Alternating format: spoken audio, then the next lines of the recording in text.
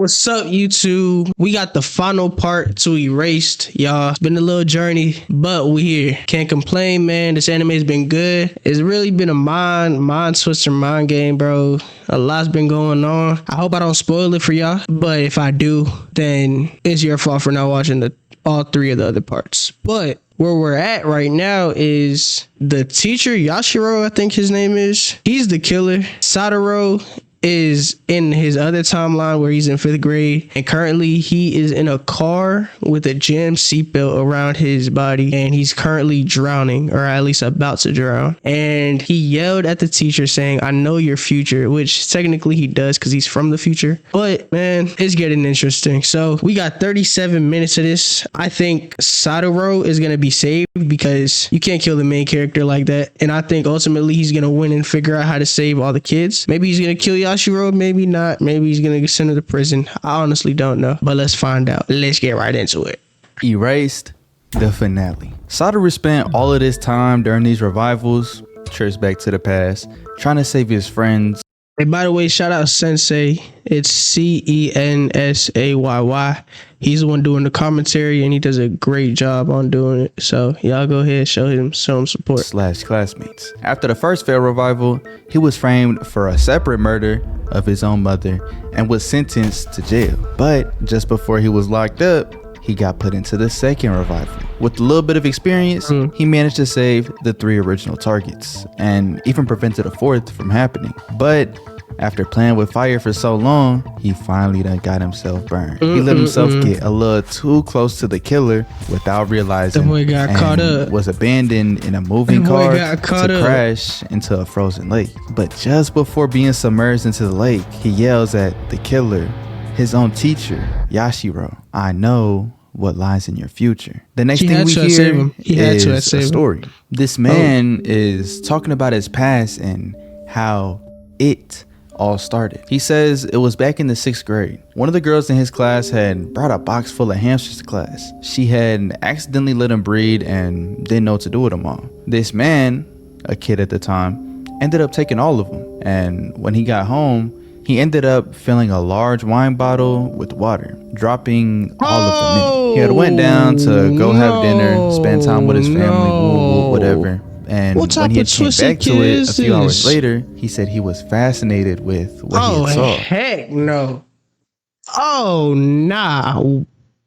One single hamster had managed to stay alive by standing on top of all of its siblings' corpses. He decided to keep said hamster and name it Spice. This entire hamster situation had reminded him of a short story called The Spider's Thread. The story is about a man, a criminal who had been sent down to hell, but after he had performed one act of...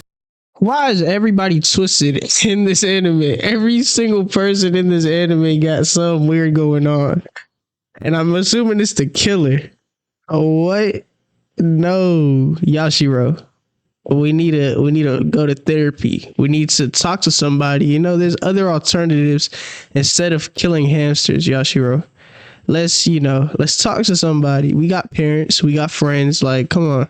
Of compassion, let's get better. Just one singular act, which was sparing a spider's life. A spider's thread had lowered down to take said criminal into paradise. He begins climbing it, making his way up, but as the other sinners who were there were trying to follow him and go up with him, he began kicking them all down. And at that exact moment, the thread broke, casting him and the rest of the sinners back down into the depths of hell forever. The man says that ever since he met Spice, the hamster, he says he started seeing these spider's threads every now and then.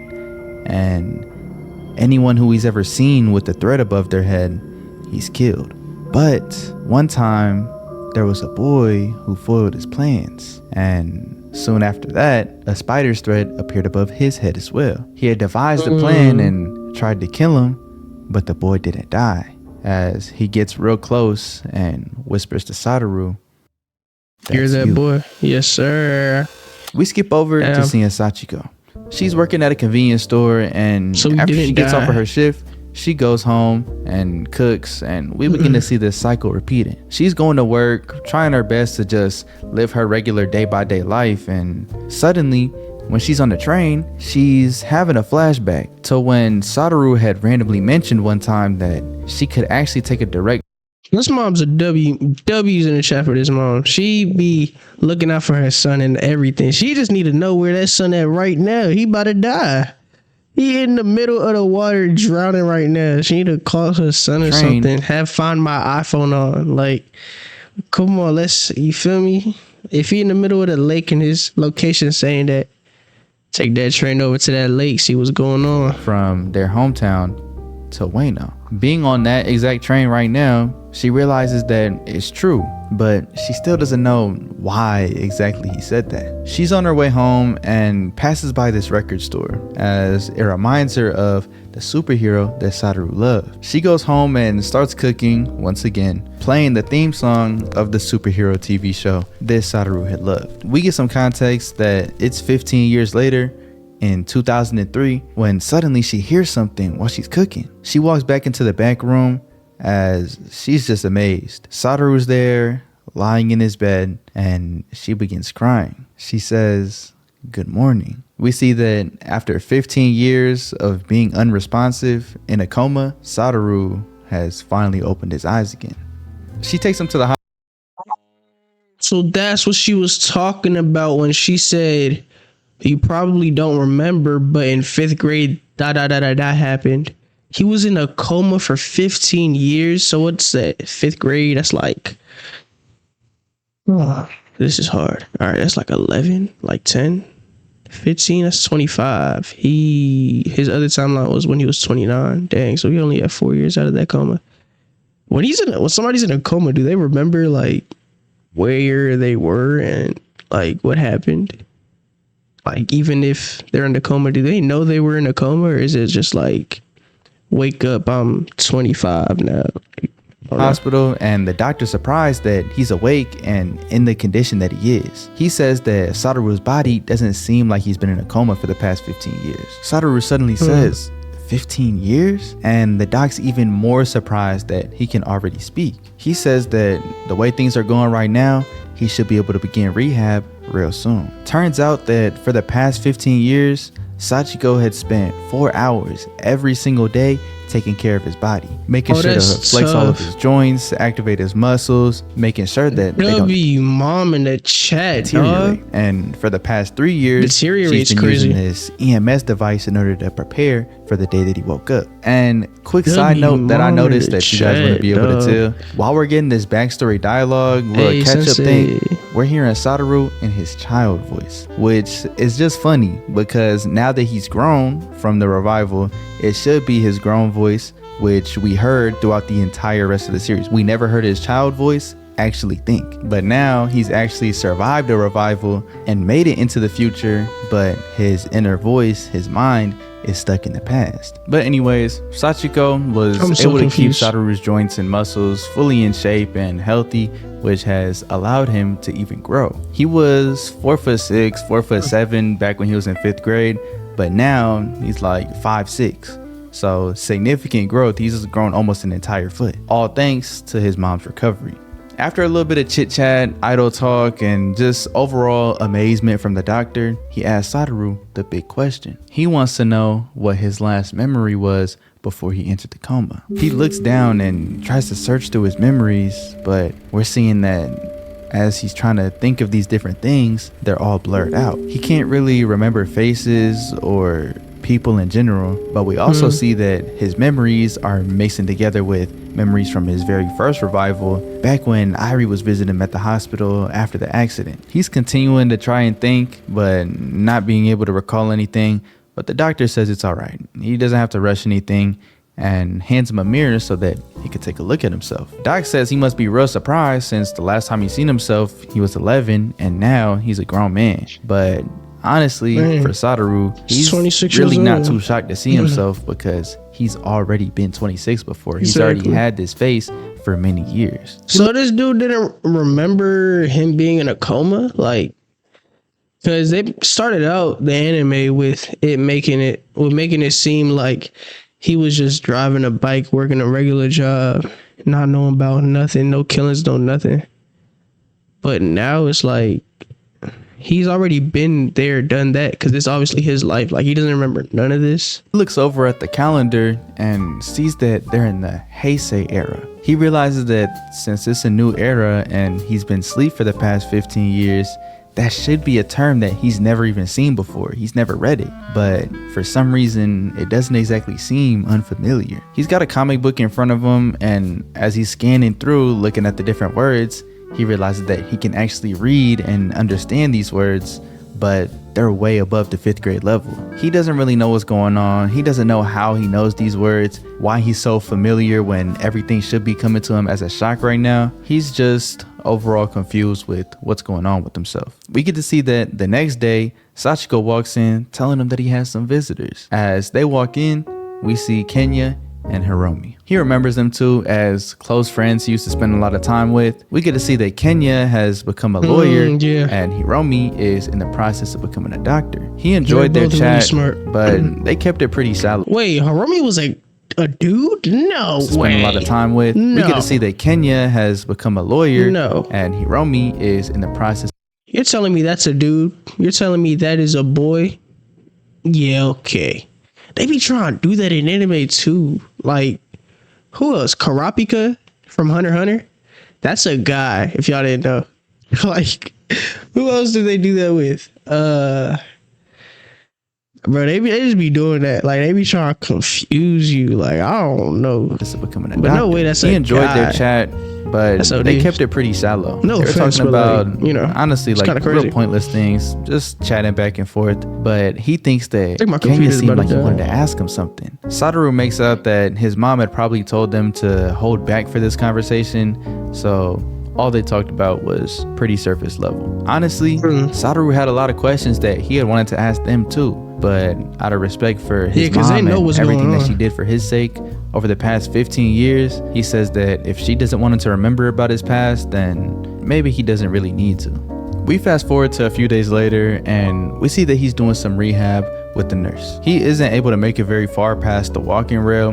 While his joints are still semi-healthy, they're not at full strength. His body is grown, but they haven't had the opportunity to grow and be regularly stressed as they would in day-to-day life.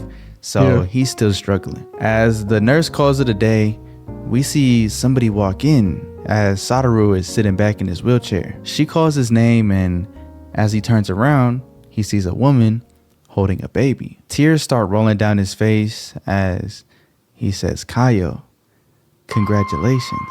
As they begin talking, oh, that's Kayo. Yo, now you probably happy as heck to see her. Oh, that's fire. She has a baby now. Cause he's the reason why she even alive. He's the father. No, I'm just playing.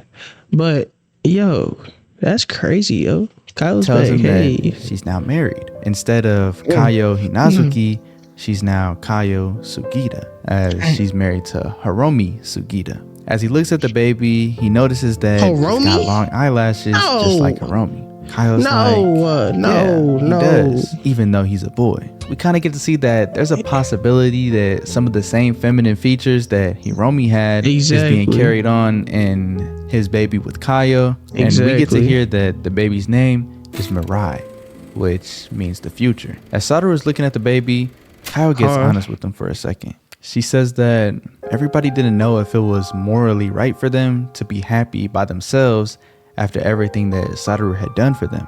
After all, it was their fault in the first place. She says that after Satoru had went into his coma, she kind of felt like everybody was leaving him behind. But Satoru lightens the tone a little bit, saying that he's the one who decides his own fate. She doesn't have to feel guilty about any of his choices, and the person that he is right now is because of those choices. Kayo just says that for a guy who's been in a coma for 15 years, he still has his special way of words. Literally, even though he's 29 years old, mentally, like, he got a way of words, and like, that's so tough. He responded to that well, to that question. And Satoru is surprised once again realizing that maybe he shouldn't be speaking this well. After spending 15 years in a coma, he should still have a 5th grade vocabulary. But before he's even able to think too much about that, Kaio thanks him again. But Kenya, doesn't Kenya know like the whole everything for her? I don't know.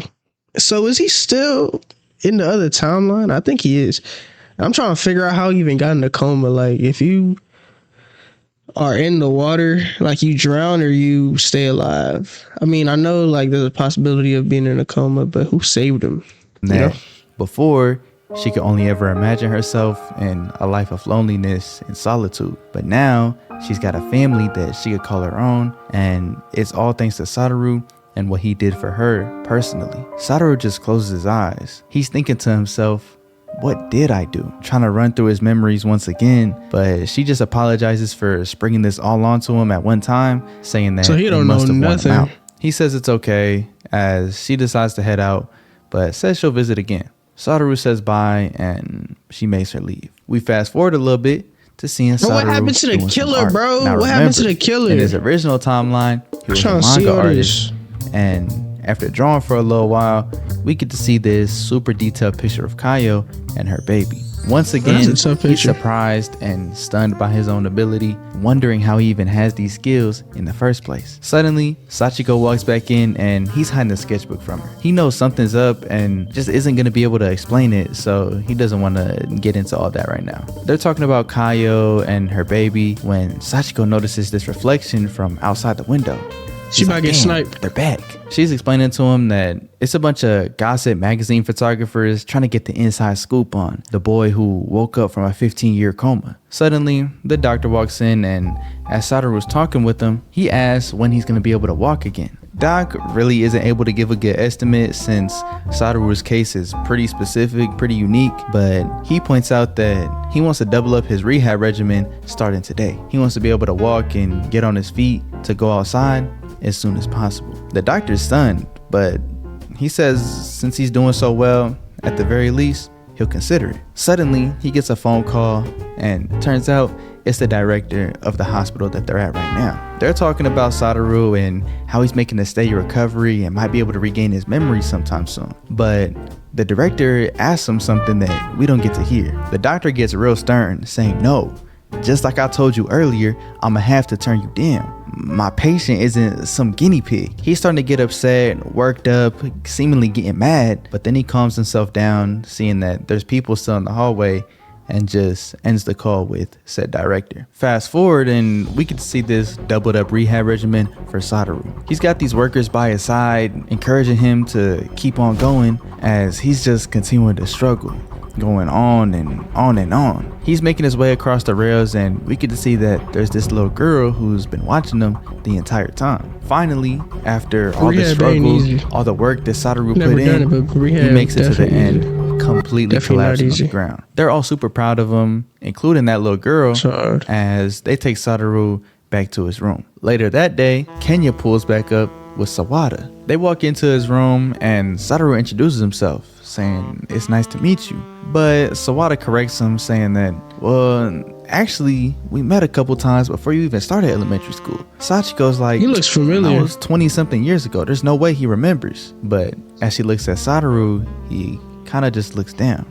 They have their little conversation or whatever. It's nothing really too important. We just fast forward to seeing Kenya and Sawada leaving. They're saying that they're not in a rush right now. They've already waited for the past 15 years for this to happen, so they can afford to take things kind of slow. Knowing Sawada's background as a TV reporter and Kenya's now profession as a lawyer, we can piece together that they're obviously trying to figure out who was behind these murders and attempted murder of Satoru, but they're respecting Sachiko as well as Satoru's own time and mental headspace. The next place we go is outside. Satoru's in his wheelchair, kind of just chilling, when he sees the same girl from earlier who was watching him do his rehab. He strolls on up to her and they just begin making small talk, chatting a little bit, and we get some context that her name is Kumi. She's having surgery in a couple weeks, and her big brother, and the killer comes out of nowhere and finishes the job and also takes care of it. No, I'm just playing. That's OD. Is going to transfer her some bone marrow. The doctor says it's going to cure her. She has leukemia, but She Oh, says dang. she's still scared. After a moment of silence, Satoru just says, "Courage." She looks up and he asks her if she wants him to teach her how to muster up courage in the same way that Yuki did for Satoru and everybody else all those years ago. He tells her to picture the smiles of all the people that she cares about, and of course with a smile on her face as well. Suddenly we get a view of this camera. This dude is imagining the headlines right now. Man who wakes up after 15-year-old coma still likes little girls. Adults in body but child at heart. These are the people that Sachiko was trying to protect Satoru from. They're talking amongst each other like, oh, I know this gonna be a hit story. When suddenly this man walks up, snatching the camera, removing the film, and naming all of these charges. Secretly taking photographs of civilians on hospital grounds without permission, trespassing. All of this is more than enough to get you punished by law. He tells them to get out of there before they regret it. As he makes them scram, he starts walking up towards Satoru and Kumi, and she's like, "Oh, Mr. Nishizono, how are you?" He walks up to Satoru saying, That's Yashiro. That's Yashiro. That's the killer. That's the killer. If y'all don't remember, that's the killer. Hopefully you don't see that the spider thread on top of her head, bro. I feel so bad, bro. "It's been a long time. You still remember me?" "Well, I've changed a good amount since then. Yes, it might be hard to remember. Take a look. I'm your homeroom teacher from 5th grade, Yashiro Gaku." They go back to Satoru's room and they're just having a conversation. Yashiro's explaining that he changed his name after he had gotten married and using the adopted Hunter x Hunter soundtrack. That's his wife's family as a son-in-law. My favorite anime. His father-in-law was a city councilor for a good amount of time, and after he passed, Yashiro decided to become a counselor himself. He brings up that he had met Kumi at a charity event for leukemia. He had just happened to know the hospital director for this very hospital, so he had referred her here. Though he says that he knew that Satoru had regained consciousness earlier than that, but it took him a while to come and visit. Satoru was wondering if Yashiro had came all of this way just to see him, and he explains that he's been eagerly waiting for Satoru to wake up for the past 15 years, telling him that they had went through a lot together. Satoru just says thanks, and Yashiro asks him if he's regained any of his memories. At this point, he hasn't, so Yashiro just tells him to take it one step at a time. We get a little bit of a montage of just some days passing by. Sachiko taking care of him doing his rehab, getting a visit from Kenya, and even the shot of him just lying in bed at night. But finally, we get a view of Kumi sleeping and Yashiro there by her side. He takes a phone that was in his hand, sets it by a bunch of her stuffed animals, and as he walks out, we see that Satoru in his wheelchair was trying to make his way to go over and see her. They begin talking, and he says that since Kumi's surgery is coming up, today's the last day that she can have visitors. And Yashiro's like, "Yeah, I heard. I just went to go visit her just now, but she was sleeping." Satoru decides to just come back later then when they see this suspicious man walk by. Yashiro notices him too and asks Satoru if he wants to chat, but not here since they don't want the paparazzi bugging him at all. He offers to take him someplace quieter. He takes Satoru. He about to finish the job. Yashiro ruthless, bruh. Especially after that story. He weird, but he ruthless Throws with his it. wheelchair Damn. by the handles and starts pushing him, saying that Chi-Chi's he in the knows chat. the perfect place. Nah, Getting you a view about of to throw him Satoru off right the here, building. you can see he's a little bit nervous. He takes him to the freight elevator and is like, "Oh, I bet you didn't know about this elevator, did you?" As he presses the button to go up, he's like, Yeah, I feel like I be knowing the future sometimes. I be knowing the "It's a bit of an future. adventure, isn't it?" As we get a view of Yashiro looking down at Satoru with a slight grin on his face. As they go into They the can't let elevator the main character and die. begin going Okay. up, we can hear Yashiro tapping his finger on the handles of his wheelchair. As they make it to the roof, Yashiro that just reminded him of the wheel when he tapped on the wheel. Raining. Normally, they'd get to see a beautiful sunset from this angle up here around this time of day, but nonetheless, they still won't be interrupted up here, so They should be good. He tells Satoru to keep this all a secret since this place is technically off limits. Satoru is just being silent this entire time as Yashiro continues going on and on. He says it kind of reminds him of how Satoru and all of his friends used to talk about going to their quote-unquote hideout. They kind of have their own hideout in some type of way, but Satoru cuts him off, calling his name. As Yashiro looks at him, Satoru says, "I've regained my memories." As Yashiro just looks on, and we get a view. Why would he tell him that? Now he about to kill him. Coming from Satoru's head. We get a flashback to the conversation that he had with Kayo, where she says that everything. He's weak. He's in a wheelchair. He can't even walk. All he could do is talk.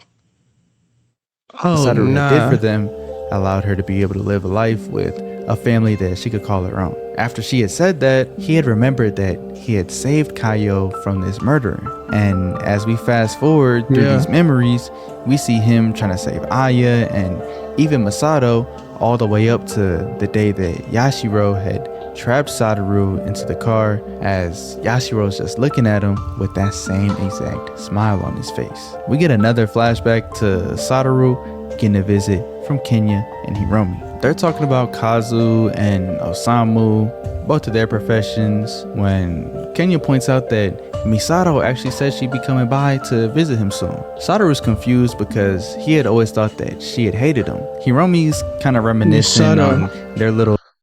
Who's Misato? Misato. I'm not sure. Bouts back in the day, their little feuds, like that whole thing with the lunch money incident where she had tried to put her all on Kayo. Yeah. Satoru had stood up for her. That's the same girl that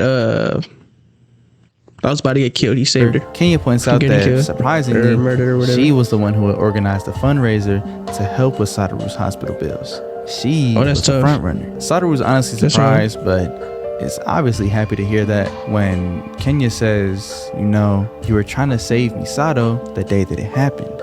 You remember everything, don't you? Hiromi's shocked that he's even asking these questions based on what Sachiko had said earlier, but Satoru just keeps his silence. Hiromi's wondering why. Why didn't he tell them? Satoru says that after all this time and hearing everything that everybody else has done, hearing what his mom had did, even hearing what Misato had, he gotta get Kenya on his plan. He gotta tell Kenya what he's thinking. Oh, I know what's about to happen because this is before the teacher even came.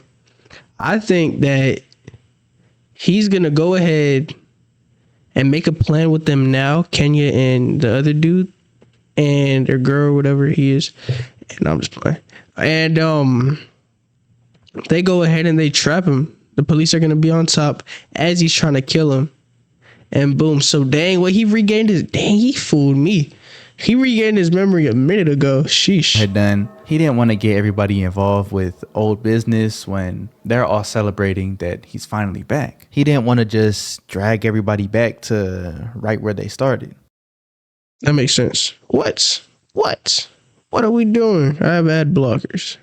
After all, he says that all of the evidence is probably gone, and he doubts that anybody will believe anything that he says, especially after all this time. They'd easily just write him off as crazy. Kenya starts walking off, saying that seeing Satoru after all this time had really made him happy. He had avoided asking him about the past because he's done enough already. Satoru has already fought these battles. He didn't want to disturb him, especially while his body and his mind were still in the healing process. But Kenya says if he's even thinking about going into this fight alone, once again, he tells him not to. He wants Satoru to take them along with him. Hiromi's frequent visits to the hospital to check on Satoru had helped him find his calling as a doctor. And Kenya had become a lawyer, still in search of Satoru's attacker, who was Sawada. He says that Satoru was their hero back then. They had wanted to catch up and fight alongside him, and that had made them into the people that they are today. He says the feeling is real similar to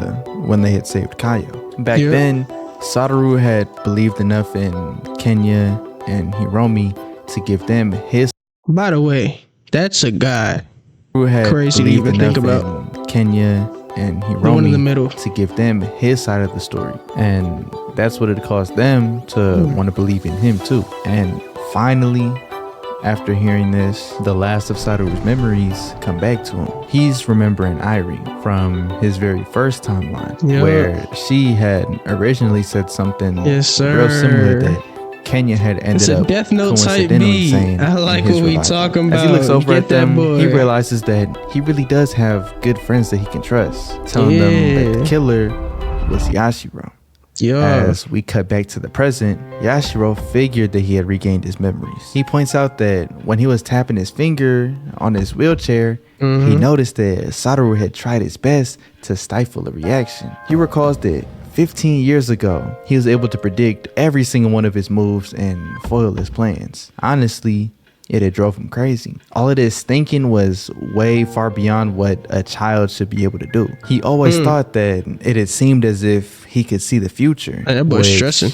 Makes him wonder about his last words before he had went into the coma. Quote unquote, Yashiro, I know what lies in your future. He slams his hand against the door, saying how? How was he able to predict his thoughts like that? Satoru refrains from answering, saying that it's not like if I told you it would stop you from killing me, so what's the point? Yashiro just smiles, saying that I know what you're up to. He knows that Satoru has a cell phone in his pocket on the phone with somebody who's recording the entire conversation. He grabs the phone from Satoru, ending the call, explaining that the statute of limitations have already passed from the cases from 15 years ago. He can't be prosecuted anymore. So he figures that Satoru's plan was to make him talk about cases that he still could be prosecuted for, but Yashiro says, unfortunately, they don't exist. He says there's no way that Satoru will ever be able to catch him. He holds his phone up to Satoru's face, saying, You see, thing he doing, bro, he too cocky with it.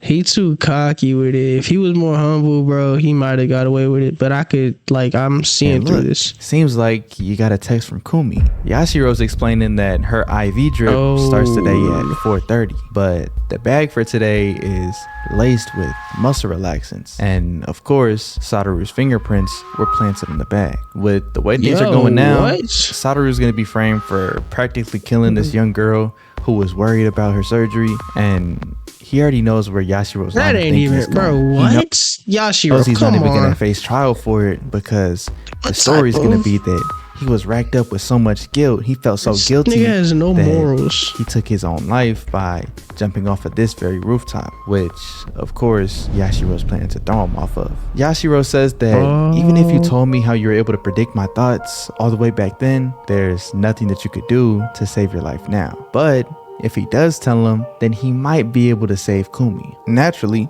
Satoru is wondering how is he gonna know if Yashiro will really spare Kumi if he decides to talk. But of course, he wouldn't be able to know. The best that he could do is believe in him and hope. Regardless, he's gonna die, and Kumi at least has somewhat of a chance if he decides to talk now. Satoru, stunned with no response, just looks down. As Yashiro's looking at his watch, he realizes that they're out of time. He says that this whole thing was a big gamble for him as well. Kumi's IV drip is starting, and he assumes that in the end, there must have been no real reason as to why Satoru was able to predict his moves. It was all just luck. So that last thing that he said about knowing what lies in his future was a bluff as well. But he goes up to Satoru saying that at the very least, he'll do him a favor and how did he not drown? Did he go save him? put all of his heart into writing his final message to his mother. As Satoru is forced to look at the message that Yashiro's writing, we get a flashback to just the other day. Sachiko's talking to Satoru, saying that she's gonna head out for work, but he doesn't respond. She assumes that he's sleeping, so she's about to head out, but he calls to her last second, saying, "Mom, my memories," but she cuts him off, already knowing that they've returned. She says that it must have happened after Kyle visited. Once again, Satoru is surprised at her intuition and ability to just know everything that he knows before he even knows it. She explains that she just didn't have the heart to tell Kayo, who had just came here with her baby, to not say anything about the past or try and keep things at face value in the same way that she had did with Kenya and Hiromi. She says that she even feels bad for what she had said to Kenya and Hiromi because they had waited 15 years to talk to Satoru, but after saying what she had said, they weren't even able to talk heart to heart. She goes on to say that she talked to Satoru and looked at his face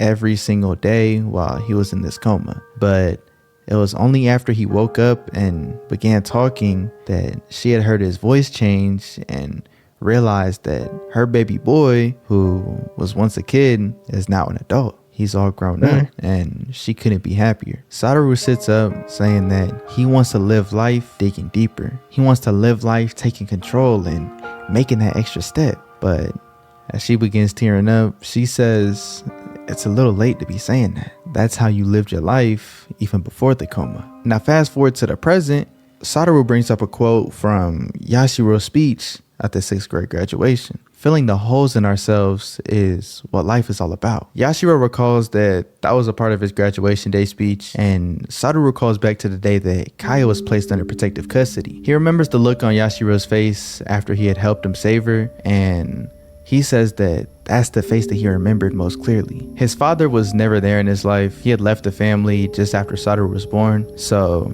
at that moment in time, Yashiro had taken his place. Yeah, Yashiro like his father figure. Filled that gaping hole. Dang, inside that of must his have heart. hurt But when he tried to Yashiro says kill him. that he had spent 15 years waiting for Satoru to wake up too. When he had went into that coma, he had suddenly lost that impulse that quote unquote had defined him. He So says he just that he goes waited off for so of long, but Satoru impulses, finishes his horrible way sentence to live saying life. that, but now you're not alone anymore. He's questioning what's gonna end this little cat and mouse game of ours. Is it the police catching you or you killing me? Satoru believes that it's already over and firmly believes that he's the one that won. Yashiro is of course confused, Talk to me. Give but me a brain Satoru just twister. continues. He's throwing out all these names: Kayo, Aya, Hiromi, Yuki. He was able to save all of them, even his mom, who he says that Yashiro killed in the future. Yashiro's confused. Yeah. Murdered. Yeah, I in the forgot he future. What are killed you her. talking about? But Satoru continues. Or he He killed her. says, you want to know how I was able to foil your plans? It's because I've seen them before. I literally know what lies in your future. That's all there is to it. That's why I was able to keep everybody Spider Cord safe. is crazy. That's why you couldn't kill anybody connected to me, even myself. Yashiro's trying to bring things back down, take control over the situation, saying that, I could have killed you at any time that I pleased. I could kill you right now if I wanted to. But Satoru bounces back, saying that, but for 15 years, you didn't, because you need me. I am your purpose in life. I'm your hope. I filled that gaping hole in your heart. And finally, I've beat you. Yashiro throws his glasses to the ground, screaming at him, saying that you're wrong. You're wrong. It's not true. But Satoru says this time it's no different. I'm gonna win again. He rams into Yashiro, spinning around and dashing towards the open gate on the roof. He turns around at the last second, launching himself backwards. But Yashiro saved him. He says, look. Oh, what? Wait, why would he want to kill You himself? can't kill me. 15 years is a very long time, but since I was asleep, it went by in a flash. For you, I imagine it must have felt like an eternity. We get flashbacks of Yashiro waiting for Satoru to wake up. He was leaving gifts, waiting by his side, and even caring for No him, shaving way. his beard, plucking extra hairs. No. Satoru says that it's only because I'm around that you can even still feel alive. I've repeated my life many times now. You've killed several of my friends, even my mother, but still, I bear no hatred towards you because there's only one person in this world who knows the real you. Me. Yashiro's tearing up as he looks So at now we're making friends with the killer? Satoru, Bro, who's get just on sitting with there that. smiling. He begins to loosen his grip on the wheelchair, and No. as he lets him fall, he says, Satoru, I can't do it. He stands up, saying that I can't live without you anymore. He's ready to He end about it to kill all himself and too. fall off the roof himself. And What as he tilts over, he looks down, seeing Satoru safely caught by Kenya, Hiromi, Sawada, and his mother. Yeah. Satoru just looks up at him and winks. Yashiro is just amazed at this point and just backs up laughing. He sees a reflection of himself in the puddle by his foot, and the string connected to his head snaps. After everything had happened, Yashiro got Hey. arrested for attempted murder as Satoru's just sitting there with Kenya and Hiromi. He begins talking about the phrase, quote unquote, I believe. He says That's that it's deep, kind of though. silly because if you truly were to believe in something from the bottom of your heart, then you wouldn't have to say it. It's like saying you believe in air, saying you believe in life. These things are already a given, so nobody says them. He's not fully saying that believing in something is a lie, but instead of saying that you believe in it, it's more like they're words of hope born from a desire to believe. We continue to get a monologue from Satoru saying that he had technically lost his life between the ages of 11 and 25, but the time that he had lost was his true treasure. In the town from which only he was erased, his friends had spent their lives and created precious memories on his behalf. Those friends and their lives, all because of him, everybody gets to live a happy life. are his true That's treasures. tragic. That's tragic. Fast forward to years later, and As long as he's happy, we see a though. man reading something saying that, man, this is just great. I love how in-depth you are and how you dig deep as you draw. We see that it's Satoru speaking with the man who works for this publishing company. As he begins to pack his stuff up and make his leave, he explains to the forgot he was trying publisher to be an that anime he's drawer. actually on his way to leave town for the weekend and go visit some old friends. But just before he does and is able to leave the building, the publisher's like, oh, I forgot. Congratulations on the anime adaptation. Continuing the monologue, Satoru is explaining that he's living life as a manga artist now and has never experienced a revival since he woke up from the coma. We see him outside the train station, Wait, so he's still 26? and That's OD. he's picked up by Kazu and Osama. He's taken back over to the Shiratori household where he talks to Yuki for the first time in probably 20 years. He's got a wife and a kid now, and we fast forward to see the entire Yuki's gang. not in jail no Kaio, more. Hiromi, Kazu, Yeah, Kenya, this is tough. Osamu, and even Aya. They're all there having a good time when Kaio notices somebody walking in, Misato.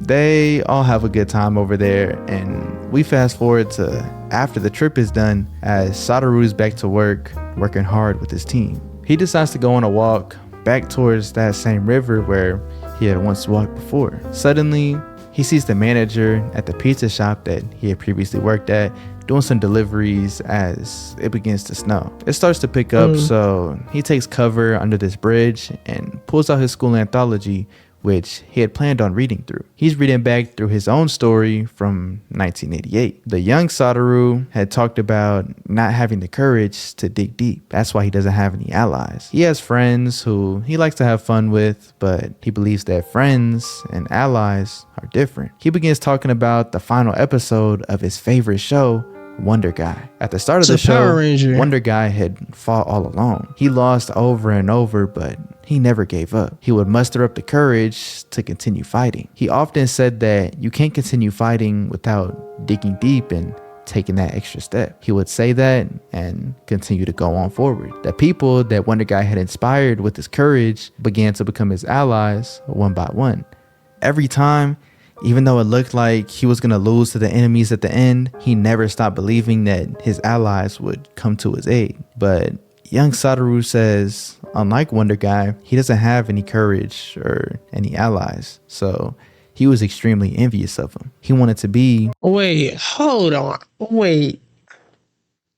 So you're telling me he went all the way from the top of a hospital all the way down to like the beanbag joint, but just the other day, just yesterday, he barely was walking with some things next to him that had to have broken his body. I'm not gonna get technical on him, but come on, that's OD. That had to hurt too, cause the whole wheelchair, you're going down with a whole wheelchair, and what if he missed and splat?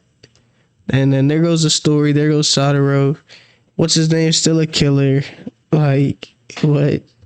That was risky, but hey, it worked, I guess. Just like Wonder Guy. I mean, back in the present, Satoru physics pulls out a wise, picture from the doesn't weekend make sense, but and places it over his drawing. we'll in go the along with the anthology. story. He stands up and looks at the snow for a second as he notices this blue butterfly crossing his feet. He makes this framing gesture with his hands and begins to follow said butterfly when he notices somebody taking pictures. And as he puts his hand down, this girl begins running, saying That's the that girl, the reporters on the TV say that this is the most snowfall we've had in a decade. She takes off her hat and asks Satoru if he minds if she takes shelter from the snow with them. Realizing who it is, Satoru begins to tear up, Kaya. nodding yes, as we get to hear him say that he always believed. Yo, banger, dog.